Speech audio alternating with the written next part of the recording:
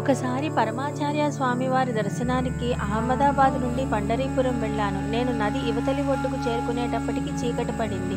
ప్రవాహం ఎక్కువగా ఉండడంతో ఇప్పుడు అటువైపు వెళ్ళడం క్షేమం కాదు అని ఉదయాన్నే తీసుకుని వెళ్తానని పడవవాడు చెప్పాడు.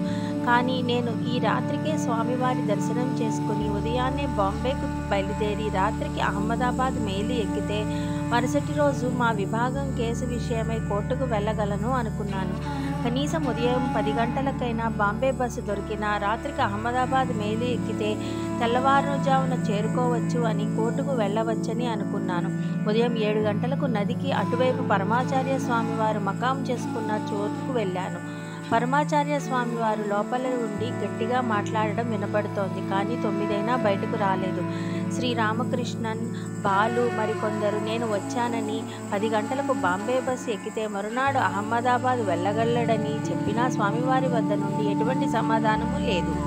నాకు ఇక ఓపిక నశించి ఏమి చేద్దామా అని ఆలోచిస్తున్నాను. చివరిగా 9:30కి స్వామివారు బయటకు వచ్చి మా కుటుంబ యోగక్షేమాలు అడిగి తెలుసుకున్నారు.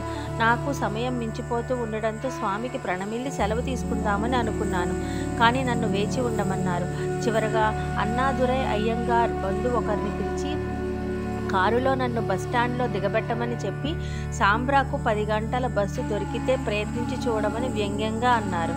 అనుకున్నట్టుగానే 10 గంటల బస్సు వెళ్ళిపోయింది. మరలా బస్సు 1 గంటకే. కనుక ఇక నాకు అహ్మదాబాద్ మేలు దొరకదు. రేపు తెల్లవారుజాము ఎక్స్ప్రెస్ దాకా ఎదురు చూడాల్సిందే. హఠాత్తుగా పెద్ద పెద్ద అంబులెన్స్ సైరన్లు దగ్గరలోని ఆసుపత్రులకు పరుగు తీయడం గమనించాను.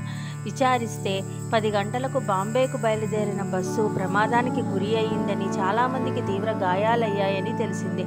నడిచే దేవుని దివ్య దృష్టి, కరుణ నన్ను ఆ ప్రమాదం నుండి కాపాడి ఒక క్షణం పాటు మాన్పడిపోయి కళ్ళ వెంట నీళ్లు కారుస్తూ మహాస్వామి వారిని తలుచుకుంటూ అలా నిలబడిపోయాను.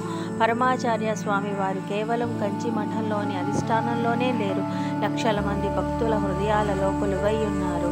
అపార కరుణా సింధుం జ్ఞానదం శాంతరూపిణం శ్రీ చంద్రశేఖర గురుం ప్రణమామి ముదావహం.